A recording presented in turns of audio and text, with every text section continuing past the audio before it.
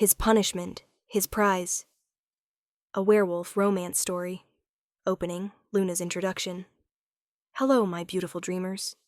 This is Luna, and welcome back to Luna's Romance Audiobooks, where even the darkest beginnings can lead to the most beautiful endings. Tonight, I have a story that will take you on an emotional journey.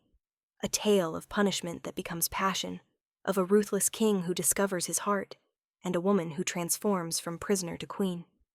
Imagine being given to the most feared alpha in all the kingdoms. Not as a bride, not as an ally, but as punishment for a crime you didn't commit. Imagine facing a king known for his cruelty, his iron rule, his complete lack of mercy. Now imagine him making you his everything. So settle in, my dreamers. This is a story of pain and healing, of darkness finding light, of two broken souls becoming whole. This is his punishment, his prize. Prologue. The sentence. The throne room was silent except for my shackled footsteps echoing against marble. I kept my eyes down, my wolf cowering inside me as I was dragged before the Council of Elders. Before my father, the alpha of the Silver Moon Pack, who wouldn't meet my gaze. Before the visiting dignitaries who'd come to witness my sentencing. Seraphina Ashwood, Elder Matthias's voice boomed. You stand accused of treason against your pack, of conspiring with the rogue wolves who attacked our northern border, of betraying your own people for personal gain. I started, but a guard's hand on my shoulder silenced me. The evidence is clear, Matthias continued. Letters in your handwriting, meetings witnessed by credible sources, the testimony of your own brother. I looked at Damien then, standing among the accusers. My twin, my other half. The brother I'd protected, covered for, loved unconditionally. The brother who'd framed me for his own crimes. His expression was carefully blank, but I saw the truth in his eyes. The calculation. The cold ambition that had always lurked beneath his charming exterior. He'd needed a scapegoat for his treasonous dealings with the rogues. And I, his too trusting sister, had been perfect. The sentence for treason is death, Matthias said, and my mother's sob echoed through the chamber. I waited for it, the silver bullet, the quick end. But then another voice spoke, deep, cold, utterly commanding. I have a better idea. Every head turned. He stood in the shadows near the back of the throne room, but there was no mistaking who he was. Even those who'd never seen him knew. Alpha King Lycan Blackfang, the Ruthless King, the Blood Alpha. He stepped into the light, and I forgot how to breathe. He was massive, easily 6.5 feet of pure muscle and predatory grace. His hair was black as midnight, his eyes a pale silver that seemed to see straight through flesh, to soul. Scars marked his face and hands, each one a story of survival, of violence, of battles won. He was the most terrifying man I'd ever seen, and his eyes were locked on me. Your Majesty, Matthias stammered, bowing. We didn't expect, that is, we're honored by your presence, but... The girl, Lycan interrupted, his gaze never leaving mine. She's unmated? Yes, but... Then I'll take her. The room erupted in whispers. Your Majesty, my father finally spoke, his voice weak. Surely a traitor isn't worthy of... I didn't say she was worthy. Lycan's smile was sharp as a blade. I said I'd take her, as punishment since you seem reluctant to execute her. She'll serve in my household, live or die by my mercy. He tilted his head, studying me like a predator sizing up prey. A fitting sentence for a traitor, wouldn't you say? A lifetime serving the most ruthless king in the realm. I should have been grateful. Death sentences could be appealed, could be overturned.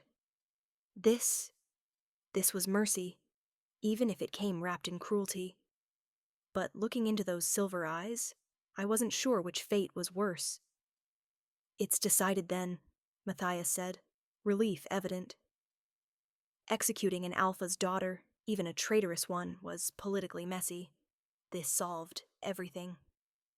Seraphina Ashwood, you are hereby sentenced to a lifetime of service to His Majesty, Alpha King Lycan Blackfang. May the moon goddess have mercy on your soul. They unshackled me, only to replace the bonds with silver cuffs. A clear message that I was property now, not a person. As I was led away, I caught Damien's expression. Satisfaction. He'd won. But he didn't see what I saw.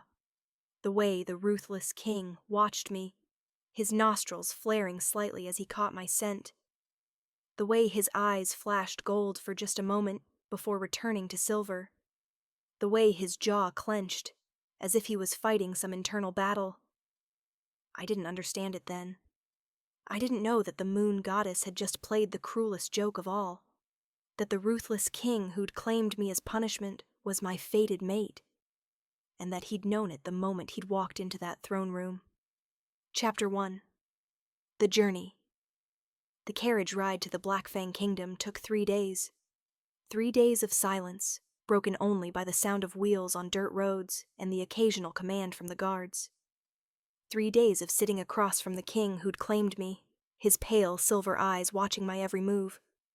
He didn't speak to me, didn't acknowledge me beyond ensuring I was fed and allowed brief moments to tend to my needs under heavy guard.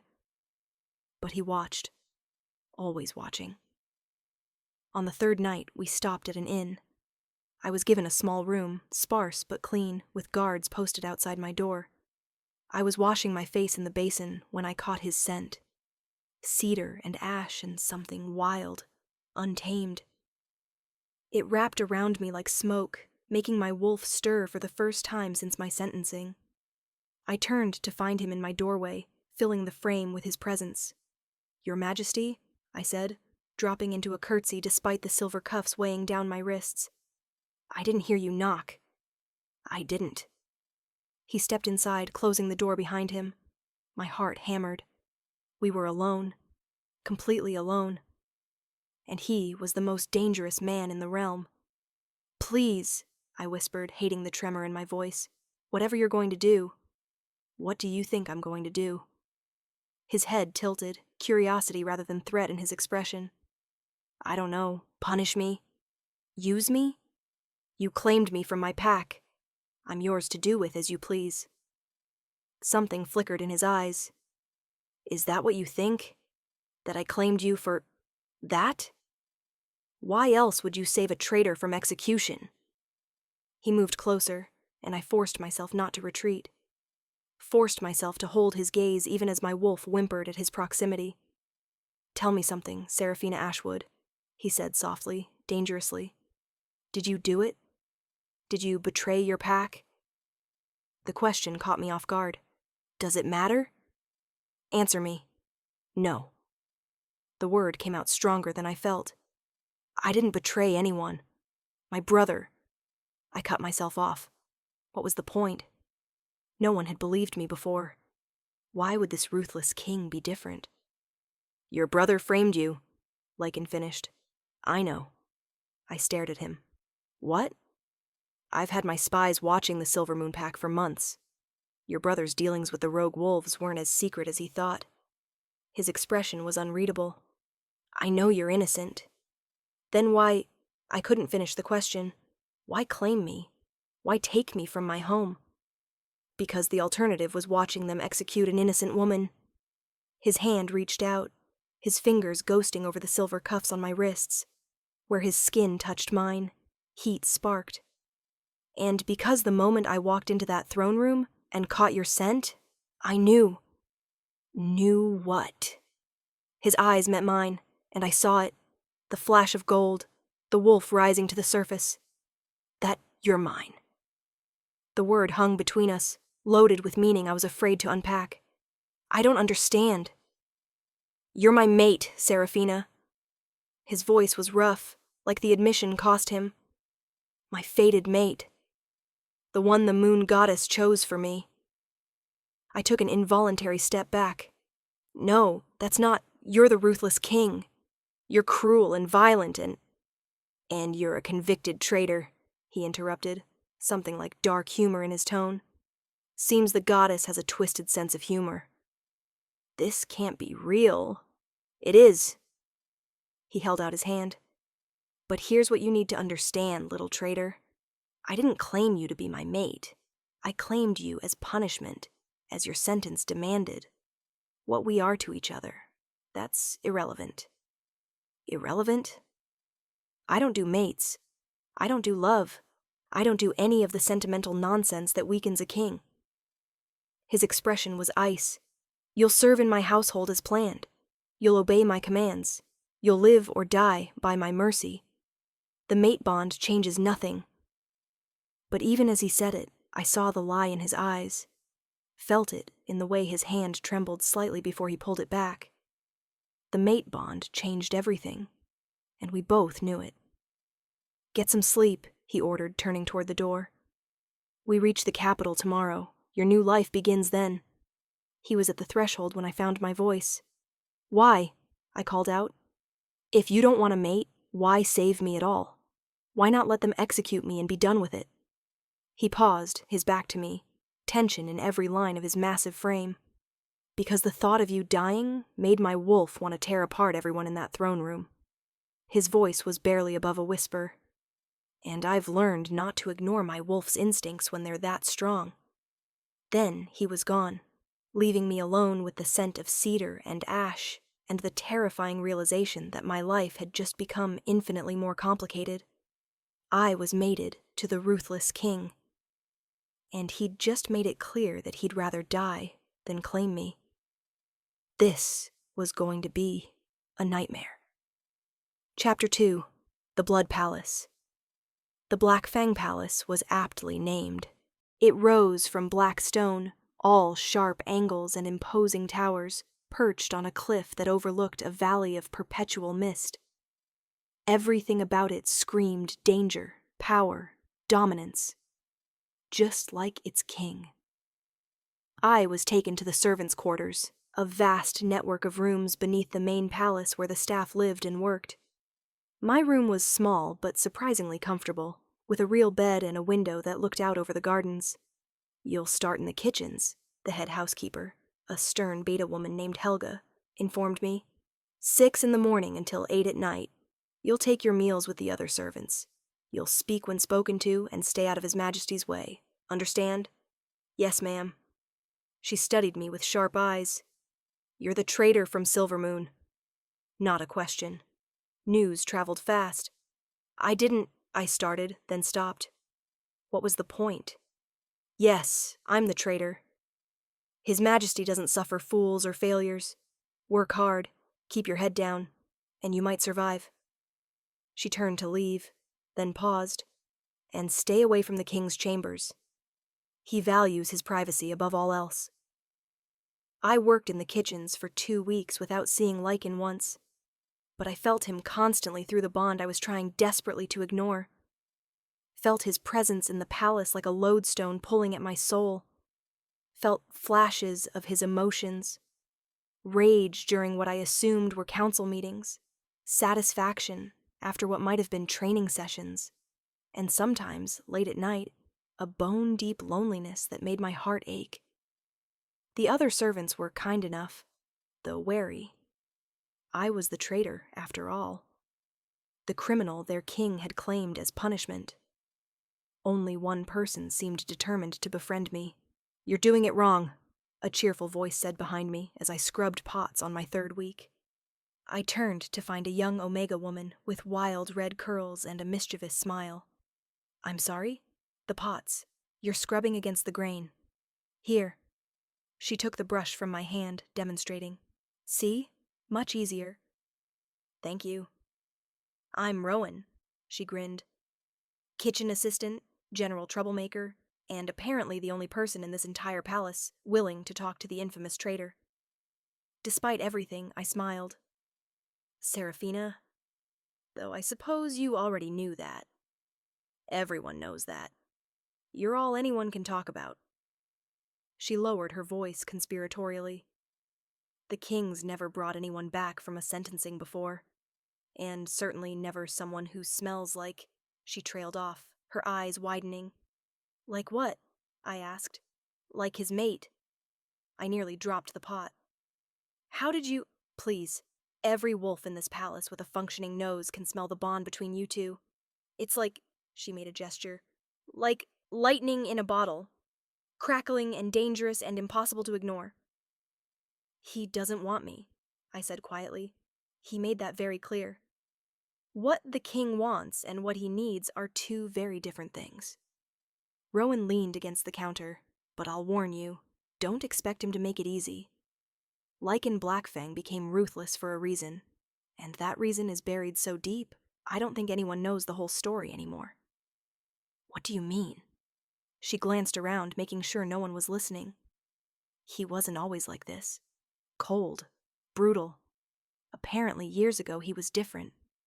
Some say he even smiled occasionally. Her expression sobered.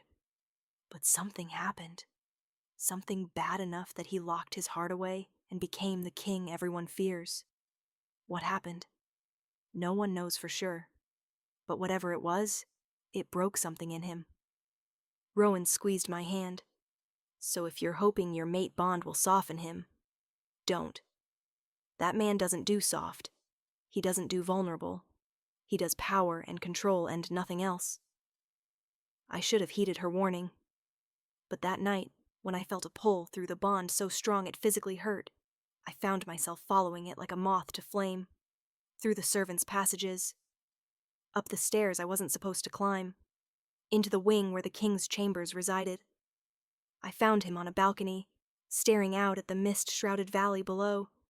He must have heard me approach. His senses were too sharp to miss it, but he didn't turn around. "You shouldn't be here," he said, his voice carrying on the night wind. "I know. I could have you punished for entering the royal wing. I know that too." Finally, he turned. In the moonlight, he looked different. Younger, somehow. And so tired, it made my chest ache. "Why are you here, Seraphina?" I struggled for words. "The bond. You were hurting." His expression shuddered immediately.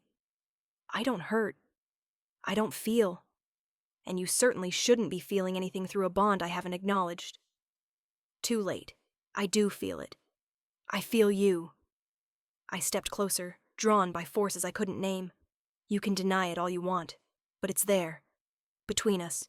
Real and alive and unwanted. The word was brutal. Final. I don't want a mate, Seraphina. I don't want the weakness that comes with caring for someone. I don't want the vulnerability. I don't want any of it. Then reject me. The words came out before I could stop them. Officially reject the bond. Break it completely. Free us both. For a long moment he just stared at me. Then, so fast I barely saw him move, he was in front of me. His hand cupped my jaw, tilting my face up to his. "You think I haven't tried?" His voice was ragged. "You think I haven't spent every night since I met you trying to force the words out? Trying to break this bond that should never have existed? Then why? Because I can't." The admission seemed torn from him. "Every time I try to form the rejection, my wolf fights me. Every time I think about being free of you, something inside me screams wrong. And I don't understand it because I don't want this. I don't want you." But his thumb was stroking my cheekbone, and his eyes were pure gold now, his wolf fully present. And the way he was looking at me had nothing to do with not wanting. "You're lying," I whispered. "I'm the king. I don't lie." "You're lying to yourself." I placed my hand over his heart, feeling it thunder beneath my palm. "You want this bond as much as I do. You're just too afraid to admit it." The admission hung between us for one perfect moment. Then his mouth was on mine, and the world exploded into sensation. The kiss was brutal, claiming, absolutely devastating. He kissed me like he was starving and I was his first meal in years. Like he was drowning and I was air. I kissed him back with equal desperation, my hands fisting in his shirt, pulling him closer even though there was no space left between us. When we finally broke apart, both gasping, his eyes were wild. "This changes nothing," he said, but his voice shook. "Liar." I'm still your king. You're still my prisoner. The bond still doesn't matter. Keep telling yourself that. His hand tightened on my jaw. Go back to your quarters, Seraphina. Before I do something we'll both regret. What if I want you to? For a moment, just a moment, I saw raw need flash across his face. Saw him waver. Then the shutters came down, cold and absolute. Go! Now! That's an order. I went, but as I fled back to my room, my lips still tingling from his kiss, I knew one thing for certain. The ruthless king could deny the bond all he wanted. But he'd just shown me the truth. He wanted me. And I was going to make him admit it. Chapter 3. The Game. The next morning I found a gift on my bed. A dress, simple but beautiful, deep emerald that would bring out my eyes. Far nicer than anything a servant should own. There was no note. But I knew who it was from. I caught his scent, cedar and ash, lingering on the fabric. Rowan whistled when she saw it. Someone's catching the king's attention. It's not like that. It's exactly like that. She grinned. Wear it tonight. There's a feast for the visiting alphas. Servants are required to attend in formal dress. The feast was magnificent. Long tables laden with food, the great hall filled with visiting nobility from across the realm. I stood along the wall with the other servants, ready to fetch drinks or food as needed. And I wore the emerald dress. Lycan sat at the head table, looking every inch the ruthless king in black formal attire. He was discussing something with a visiting alpha, his expression bored, until he looked up and saw me. His eyes locked on mine across the crowded hall. I watched his pupils dilate, watched his jaw clench, watched his hand tighten on his goblet until I thought it might shatter. He didn't look away. Neither did I. The visiting alpha, a pompous man named Aldridge, noticed the direction of Lycan's stare. Ah, he said loudly enough for half the hall to hear. The infamous traitor. Tell me, Blackfang, what do you plan to do with her? Surely keeping her as a servant is too merciful for treason. Her punishment is mine to decide, Lycan said coldly. Not yours. Of course. But if you tire of her, I'd be happy to take her off your hands. A pretty thing like that has uses. The temperature in the hall dropped 10 degrees. Lycan stood slowly, his presence filling the room. Say that again. Aldridge paled, realizing his mistake. Your Majesty, you merely meant to suggest claiming what's mine. Lycan's voice was deadly quiet. She's under my protection, my sentence, my authority. Anyone who touches her answers to me. The possessiveness in his tone sent shivers down my spine. Aldridge bowed hastily. My apologies, Your Majesty. I meant no disrespect. Lycan sat back down, but his eyes found mine again, and this time there was something new in them. Recognition, acceptance. Mine. After the feast, I was clearing tables when a hand caught my wrist. Come with me. Lycan's voice was low, commanding. Your Majesty, I need to finish. Now, Seraphina. He led me through the palace, upstairs and down corridors I'd never seen, until we reached a part of the castle that was clearly his private domain. His study was massive, dark wood and leather, shelves full of books and maps, a fireplace burning low. He closed the door behind us, then turned to face me. That dress, he said. You sent it. I did. He moved closer, each step deliberate. Do you know why? To torture yourself? A ghost of a smile. Perhaps. Or perhaps because seeing you in servant's rags was driving my wolf insane. He wants his mate honored, not scrubbing pots in the kitchen. And what do you want? That's the question, isn't it? He stopped inches away, so close I could feel the heat radiating from him. What I want contradicts everything I've built. Everything I am. Who says you can't have both? Because being ruthless kept me alive. Being cold kept me safe. Caring about someone. He cut himself off. That's how you get destroyed. Is that what happened to you? Someone destroyed you? His expression shuddered. That's not your concern. It is if we're mates. We're not. But even as he said it, his hand reached out, tucking a strand of hair behind my ear. We can't be. Why not? Because ruthless kings don't have mates. They have political alliances. They have strategic marriages. They have heirs conceived out of duty, not love. His thumb traced my jaw. They don't have fated mates who smell like moonlight and feel like home. The admission was raw, vulnerable. Lycan, don't. His forehead pressed against mine. Don't make this harder than it already is. What if I want to make it harder? What if I want to fight for this bond? Then you're a fool. But his arms wrapped around me, pulling me against his chest. A brave, reckless fool who's going to get her heart broken. Better a broken heart than no heart at all. He pulled back to look at me, something like wonder in his silver eyes. How are you not afraid of me? Every wolf in this kingdom fears the ruthless king.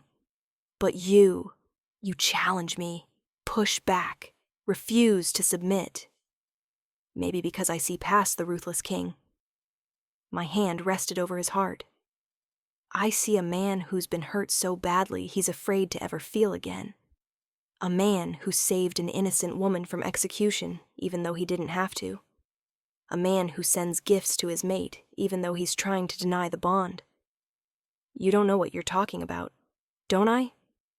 I held his gaze. Tell me about her. The one who hurt you so badly, you locked your heart away. His entire body went rigid. How did you... Rowan told me you used to be different. That something broke you. I gentled my voice. Tell me what happened. For a long moment he was silent. Then, so quietly I almost didn't hear it. Her name was Alara. He pulled away, moving to stand before the fire, his back to me. She was my fated mate. The one the goddess chose for me before you. His voice was hollow. We were young, stupid, in love. I thought... He laughed bitterly. I thought we'd have forever. What happened? Politics.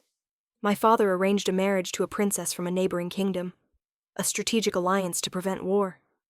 I refused. Said I'd already found my mate, that I wouldn't give her up for politics. My heart was breaking for him. Lycan. So they killed her?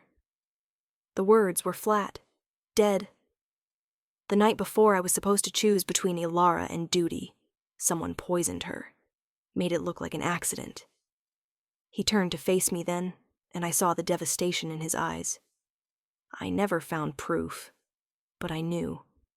My father, the princess's family, someone who wanted the alliance badly enough to murder an innocent woman. I'm so sorry. I became ruthless that day. Locked away every soft feeling, every vulnerability, every weakness. His expression was ice. Because caring about someone got Alara killed. And I swore I'd never give anyone that power over me again. So, you've been alone ever since. Alone is safe. Alone can't be used against me. He moved toward me again, stopping just out of reach. And then you happened. The moon goddess gave me a second mate, as if she was giving me a second chance. But I don't want a second chance, Seraphina. I want... what? To be alone forever?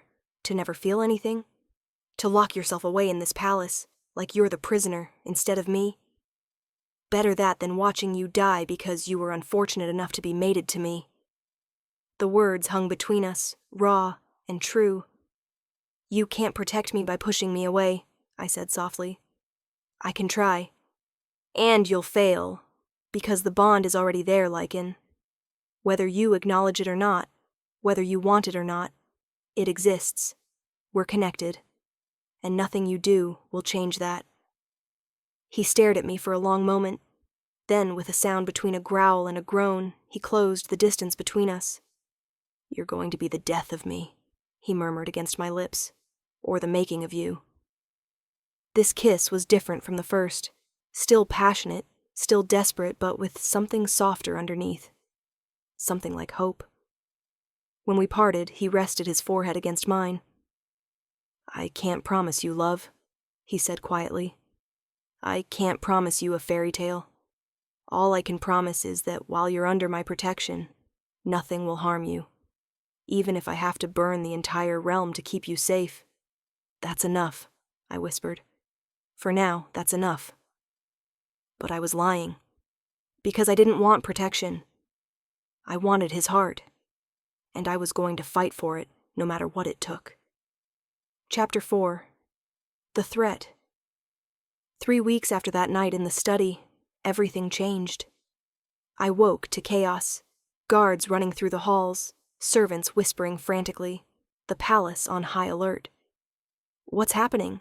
I asked Rowan in the kitchens. Her face was pale. There's been an attack. The eastern border. Rogue wolves, but organized. Military style. My blood ran cold. Organized rogue attacks meant someone was funding them, leading them, supplying them, like my brother had been before he framed me. I found Lycan in the war room, surrounded by his generals, maps spread across the table. Your Majesty, I started, then stopped as every head turned to me. Seraphina. His voice was sharp. You shouldn't be here. I need to talk to you, about the rogues. I might have information. Not now. But if this is connected to what my brother was doing, I said not now. The alpha command in his voice made my wolf whimper. Return to your quarters. Immediately. Hurt and dismissed, I turned to leave. Then one of the generals spoke. Your Majesty, about the traitor. Perhaps we should question her more thoroughly. If she was involved with the rogues before. She wasn't, Lycan cut him off coldly. With respect, sire, we only have your word on that. And her brother's testimony was a lie. I've told you this. Yes, but, the general hesitated. The council is asking questions about why you claimed a convicted traitor, about your leniency with her. I saw Lycan's jaw clench. My decisions regarding Seraphina are not up for debate. Of course not, Your Majesty. But perhaps, for appearances, she should be confined, questioned, just to assure the council that she poses no threat. For a moment, Lycan was silent. Then, fine. Confine her to her quarters under guard. No visitors except by my express permission. The words felt like a physical blow. Lycan, I breathed. His eyes met mine, and I saw the apology there, the regret, but also the ruthless king who would sacrifice anything, even me, for his kingdom's safety. Take her, he ordered. Guards escorted me back to my room, posting themselves outside. I was a prisoner again, but this time the bars were his own making. I felt his turmoil through the bond, felt his guilt, his anger at having to make this choice. But he'd made it anyway. I spent 2 days in that room, feeling the bond stretch thin with distance as Lycan stayed in the war room, planning his response to the rogue attacks. On the 3rd day, Rowan managed to slip past the guards. I have news, she whispered. Bad news. What? Your brother. He's here. My world tilted. What? Lycan Ashwood arrived this morning with a delegation from Silvermoon. Apparently, he's offering to help against the rogues. Her expression was grim. He's claiming he has inside information about their movements. Of course he did, because he was probably still working with them. I need to see Lycan. That's the problem. Your brother's been in meetings with the king all morning. And Seraphina, she hesitated. I don't think His Majesty knows about your brother's involvement. Not really, not like you do. Then I need to tell him. The guards won't let you leave. I don't care. I have to try.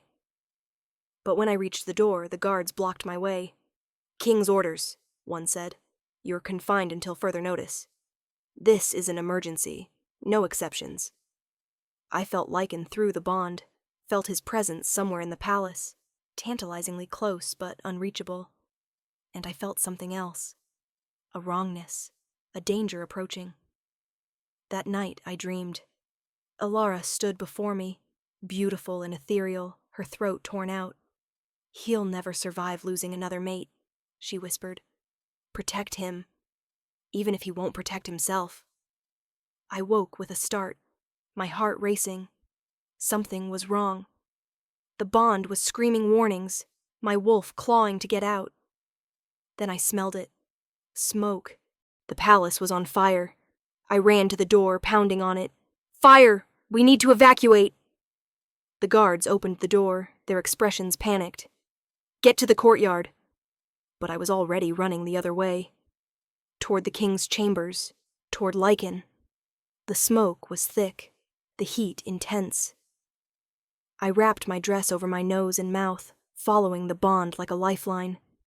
I found him in his study, unconscious, blood trickling from a wound on his temple. And standing over him, silver dagger raised, was my brother.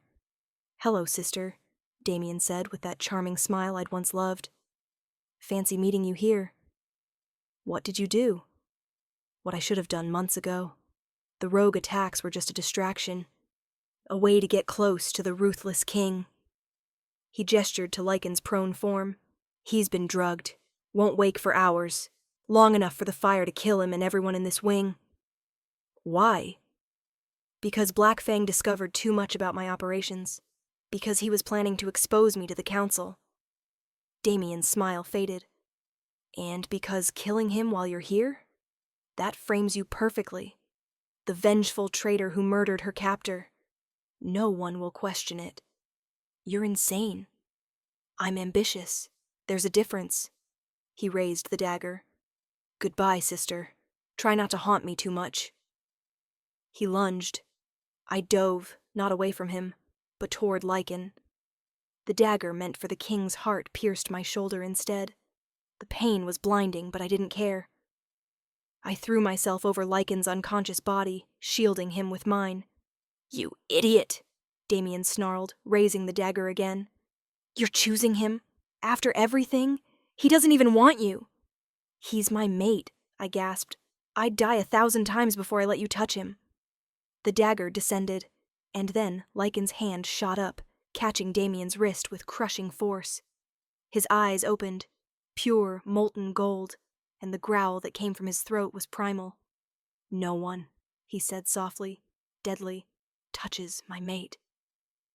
What happened next was brutal and swift. Lycan moved like death itself, every motion precise, efficient, lethal. Damien never stood a chance. When it was over, my brother lay unconscious, bound in silver chains, and Lycan was cradling me against his chest, his hand pressed to my bleeding shoulder. "You foolish woman," he said, his voice breaking. "You could have died. So could you. I'm not worth your life. You're worth everything." I touched his face, feeling wetness on my fingers. He was crying. The ruthless king was crying. "You're my mate, Lycan. My everything. And I'm done pretending otherwise." He kissed me then, desperate and claiming, tasting of smoke and salt and salvation.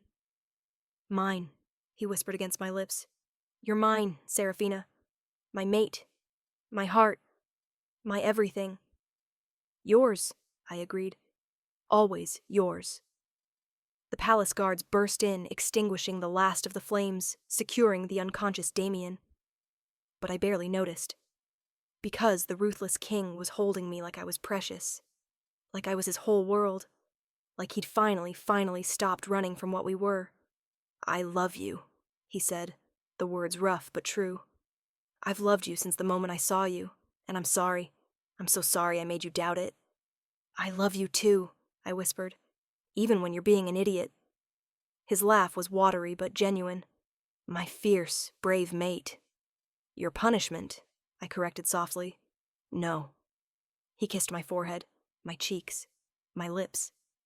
"My prize. The greatest prize the goddess ever gave me." And as he carried me to safety, the bond between us blazing gold and perfect, I knew that my story had come full circle. I'd been given to a ruthless king as punishment. and he'd made me his everything. Chapter 5. The Trial. The trial of Lycan Ashwood was swift and public. Evidence of his treason, real evidence this time, was overwhelming. His dealings with the rogues, his plot to assassinate the king, his attempt to frame me. Lycan sat on his throne, every inch the ruthless king, as my brother was sentenced. Lycan Ashwood, Lycan's voice echoed through the throne room. You are found guilty of treason, conspiracy to commit murder, and the framing of an innocent woman. The sentence is death. My brother didn't beg, didn't plead, just stared at me with something like regret in his eyes. I'm sorry, Sarah, he said quietly. For what it's worth, I am sorry. I didn't respond. Couldn't. The betrayal ran too deep. After the sentencing, Lycan found me in the gardens, staring at nothing. Your brother will be executed tomorrow, he said softly, sitting beside me on the bench. I know. If you want to say goodbye, I don't. I turned to face him. He made his choices. He has to live and die with them. Lycan's hand found mine, our fingers interlacing. I received word from Silver Moon. Your father is requesting your return. Your name has been cleared. You can go home. My heart stuttered. Home? If that's what you want. His voice was careful, neutral, but I felt his emotions through the bond. Fear, hope, desperate longing. You're free, Seraphina. Your punishment is over. You can leave. And if I don't want to leave? His eyes met mine, silver and vulnerable. Then I'm asking, begging, you to stay. Not as a prisoner. Not as punishment. He brought my hand to his lips. As my mate. My Luna Queen. My wife. Lycan, I know I don't deserve you. I know I've been cruel, distant, foolish. I know I pushed you away when I should have claimed you. He slid from the bench, kneeling before me. But I'm asking anyway. Marry me, Seraphina. Rule beside me. Let me spend the rest of my life proving that you weren't just my punishment.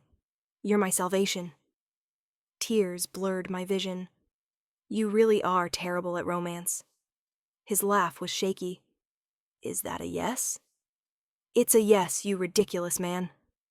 I pulled him up, kissing him soundly. I'll marry you. I'll be your Luna Queen. I'll stay by your side and challenge you, and refuse to let you lock your heart away ever again. The smile that crossed his face was pure joy. I love you. I love you too. Even when you're being ruthless and impossible. Especially then. Especially then. He kissed me again, deep and claiming, the bond between us singing with rightness. When we parted, he rested his forehead against mine. I have something for you. He pulled a ring from his pocket, silver with a moonstone that caught the light. It was Alara's, he said softly. She'd want you to have it. Would want you to know that. His voice caught. That she'd approve. That she'd be happy I found love again. I slipped the ring on my finger, feeling the weight of it. The history. The blessing. Thank you, I whispered, for trusting me with your heart, with your past, with everything. Thank you for saving my life. In every way a person can be saved. That night, we stood before the assembled court and announced our engagement. The nobles who'd once whispered about the traitor now bowed to their future Luna Queen, and Lycan, the ruthless king, smiled. Actually smiled. Who are you, and what have you done with my mate? I teased later, in the privacy of his chambers. Our chambers, he corrected, pulling me close. And I'm still ruthless, just selectively. Selectively ruthless to my enemies. His hand slid into my hair, devoted to my mate. I can live with that. He kissed me, soft and sweet, and I felt the last of his walls crumble. The ruthless king had finally let himself love, and I was the lucky woman who got to love him back. Chapter 6. The Coronation. The wedding was magnificent, All the kingdoms sent representatives, nobility from across the realm gathering to witness the ruthless king marry his controversial mate. I wore white, traditional for Luna Queen ceremonies, with silver embroidery that caught the light. The moonstone ring glinted on my finger. Lycan wore black, severe and elegant, his pale eyes never leaving mine as I walked down the aisle. We stood before the high priestess, hands joined, the mate bond blazing between us. Do you, Lycan Blackfang, Alpha King of the Blackfang Kingdom, take Seraphina Ashwood as your mate, your wife, your Luna Queen? I do, with all that I am, all that I have, all that I'll ever be. I do. And do you, Seraphina Ashwood, take Lycan Blackfang as your mate, your husband, your king? I looked into his eyes and saw everything. The pain he'd survived, the walls he'd built, the love he'd finally allowed himself to feel. I do. Today and every day after, I do. The priestess smiled. Then, by the power vested in me by the moon goddess herself, I pronounce you bonded. You may mark your mate. We'd already marked each other in private, but this was different. This was public claiming, visible to all. Lycan tilted his head, exposing his throat. Claim me, my queen. I bit down, my mark joining the one already there, the bond snapping into place completely. When I pulled back, his eyes were gold. Mine, he growled softly. Then he was marking me, his teeth piercing my skin, pleasure and power rushing through me. When he released me, my mark gleamed silver on my throat. Mine, I echoed. The throne room erupted in cheers. Later, at the feast, Lycan couldn't keep his hands off me, his arm around my waist, his fingers interlaced with mine, his mark on my neck visible to all. You're very possessive today, I murmured. You're mine. I'm allowed to be possessive. His lips brushed my ear. Besides, half the alphas in this room are looking at you like they wish they'd been the ones to claim you. Jealous? Homicidal. I laughed. Good thing I only want one ruthless king. Good thing I'm the only ruthless king you're getting. As the celebration continued, Rowan approached, tears in her eyes. You did it, she said, hugging me tight. From traitor to queen. I'm so proud of you. I couldn't have done it without you. Sure you could have, but I'm glad I got to watch. She grinned. And glad I get to serve the coolest Luna Queen in history. You're not serving me. You're my friend. My sister. I squeezed her hands.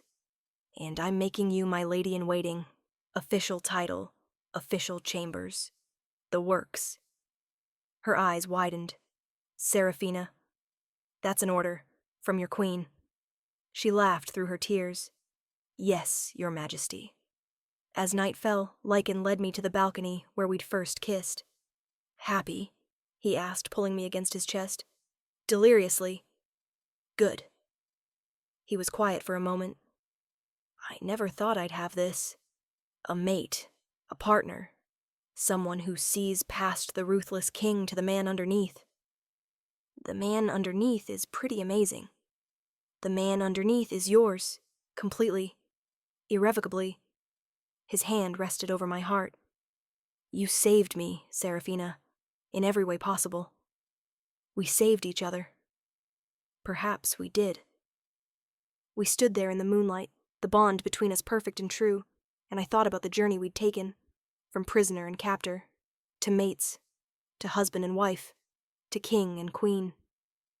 I love you, I said softly. I love you, he replied. My punishment, my prize, my everything. And beneath the watching moon, the ruthless king kissed his queen, and for the first time in years, he was truly, completely happy. Epilogue, 1 year later. Again! The little voice was imperious, demanding. I laughed, bouncing our daughter on my knee. Princess Alara, you're going to wear your poor mother out. Again, she insisted, her pale silver eyes, so like her father's, sparkling with mischief. Lycan entered the nursery, smiling at the scene. In the year since our wedding, I'd discovered that the ruthless king had a weakness. His daughter. Is she terrorizing you again? He asked, scooping Alara into his arms. Always, I said fondly. Our daughter had been born 6 months ago, a miracle child named for the mate Lycan had lost but never forgotten. She had her father's eyes and my dark hair, and she'd wrapped the Ruthless king around her tiny finger from the moment she'd drawn breath. Papa? Alara grabbed his face. Story. Bedtime story? Already? Story now! He glanced at me, helpless. I just grinned. You created this monster. You deal with her. As Lycan settled into the rocking chair with our daughter, beginning the tale of the brave wolf who became king, I watched them with a full heart. This was my life now, my family, my kingdom. A messenger appeared at the door. Your Majesties, the Silver Moon delegation has arrived. Thank you. We'll receive them shortly. My father was visiting, the first time I'd seen him since my sentencing. He'd apologized, profusely and tearfully, for not believing me, for letting Damien manipulate him. I'd forgiven him, not immediately, and not easily. But I'd forgiven him, because holding on to anger poisoned the soul, and I had too much happiness now to let bitterness taint it. Ready? Lycan asked later, as we prepared for the formal dinner. Ready? I straightened his collar. Though I reserve the right to be petty if he says anything stupid. My fierce queen, he kissed me softly. I love you. I love you too, even when you're being ruthless. Especially then.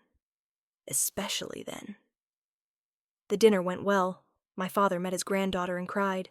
He and Lycan discussed politics and trade agreements, and he apologized again, sincerely, for his failures as a father. I don't deserve your forgiveness, he said quietly, but I'm grateful for it nonetheless. We all make mistakes, I said.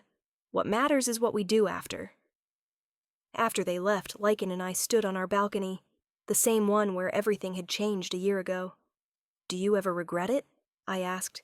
Taking me as punishment, all the complications it caused? He pulled me close, his arms wrapped around me from behind. Never. Not for a single moment. Even when I'm difficult? Especially when you're difficult. His lips brushed my temple. You know what the irony is? They gave you to me as punishment, as a burden I'd have to bear. And you became my greatest gift, my salvation, the best thing that ever happened to me. He turned me to face him. I was given a punishment and found a treasure, given a prisoner and found a queen, given a mate I didn't want and discovered the love I needed. Tears filled my eyes. You're getting soft in your old age, Your Majesty. Only for you, my queen. Only for you. He kissed me then, soft and sweet and full of promise. And as the moon rose over the Blackfang kingdom, illuminating the palace and the realm beyond, I thought about the journey we'd taken. I'd been given to a ruthless alpha king as punishment, and he'd made me his everything. His mate, his queen, his heart, the traitor and the ruthless king. Our story wasn't supposed to have a happy ending, but the moon goddess, it seemed, had other plans, and I was grateful for every single moment of it. Luna's closing, and there you have it, my beautiful dreamers. The story of Seraphina and Lycan, a punishment that became the greatest love story of all. Did this story touch your soul? Did you feel the transformation from prisoner to queen? Then show me some love. Hit that like button, drop a comment telling me which moment made your heart race, and subscribe to Luna's romance audiobooks so you never miss another tale of true love. I want to know, could you forgive someone who sentenced you unfairly? Could you love someone who pushed you away to protect you? Tell me in the comments. And for those of you hungry for more passion, more drama, more impossible love, our next story is going to set your hearts on fire. It's called The Rogue King's Captive, and it follows a she-wolf captured by the exiled alpha who once ruled her kingdom. He's dangerous, damaged, and determined to reclaim his throne. She's the daughter of the man who stole it. And the mate bond between them might be the only thing that can heal their broken world, or destroy it completely. Until next time, my dreamers, May your punishments become blessings, your captors become lovers, and your impossible love stories always find their happy ending. This is Luna, signing off. Sweet dreams, beautiful souls.